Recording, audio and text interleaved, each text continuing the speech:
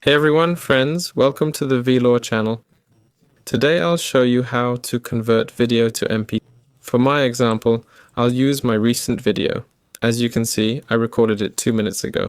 Well, recently, about half an hour ago.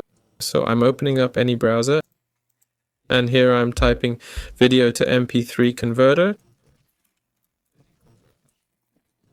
Usually they're all free, these converters work fine. They only differ in quality, I guess, and file size. I'll pick the first one that comes up. Let's go in.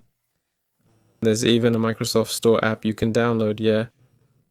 That's if you need it, for something more professional, or if you're constantly converting, you can download the app.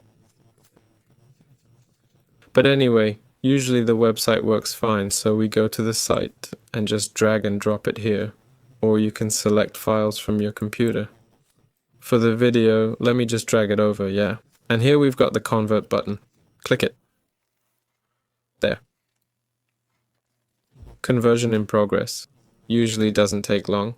Well, just a bit of time, especially for me. There, and our file is ready. Download it, and now it's in MP3 format and fully working. That's it. This was VLaw. Hit like, subscribe to the channel. See you all later.